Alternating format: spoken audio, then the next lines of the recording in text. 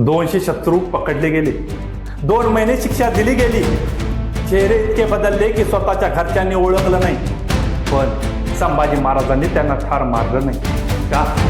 शत्रूला जिवंत सोडणं ही सर्वात मोठी शिक्षा कशी ठरली?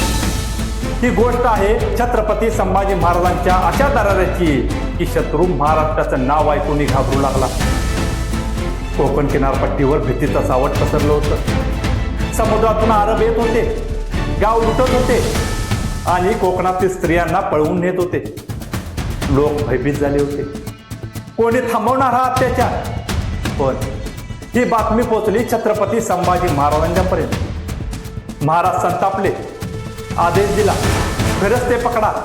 मराठा आरमाराचे धाडसी सरदार कान्होजी आगरे त्यांनी 2 अरब जहाजावर धाड टाकली. समुद्रात जोरदार लढाई झाली. दोन्ही जहाजे मराठ्यांनी जप्त केली. त्या जहाजामध्ये 200 अरब सापडले. त्यांना कैद करून संभाजी महाराजांसमोर उभं करण्यात आलं. संभाजी महाराजांनी आदेश दिला, साताऱ्याच्या शेजारी वासोट्याचा किल्ला आहे. दाट जंगल, दिवसा ढवळ्या कोणी जात नाही, पाखरू देखील फिरकत नाही. त्या 200 अरबांना तिथे घेऊन जा. महाराजांनी संताजीला सांगितलं, यांना इतकं मारायचं पण मेले नाही पाहिजे. 2 महिने मराठ्यांनी त्यांना शिक्षा दिली. इतकं मारलं की एका आठवड्यात ते एकमेकांना ओळखण्याचे झाले.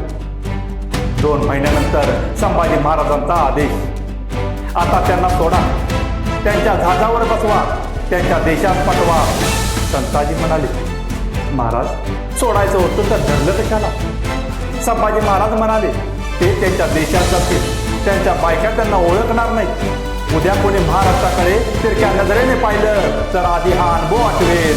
ही होती संभाजी महाराजांची धास्ती. हा होता मराठ्यांचा दरारा.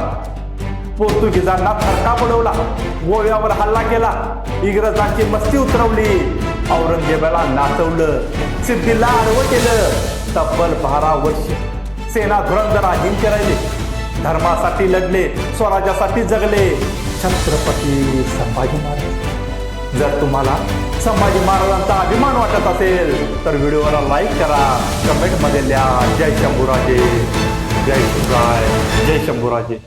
छत्रपती शिवशंभू भक्त भाग 29 लवकरच.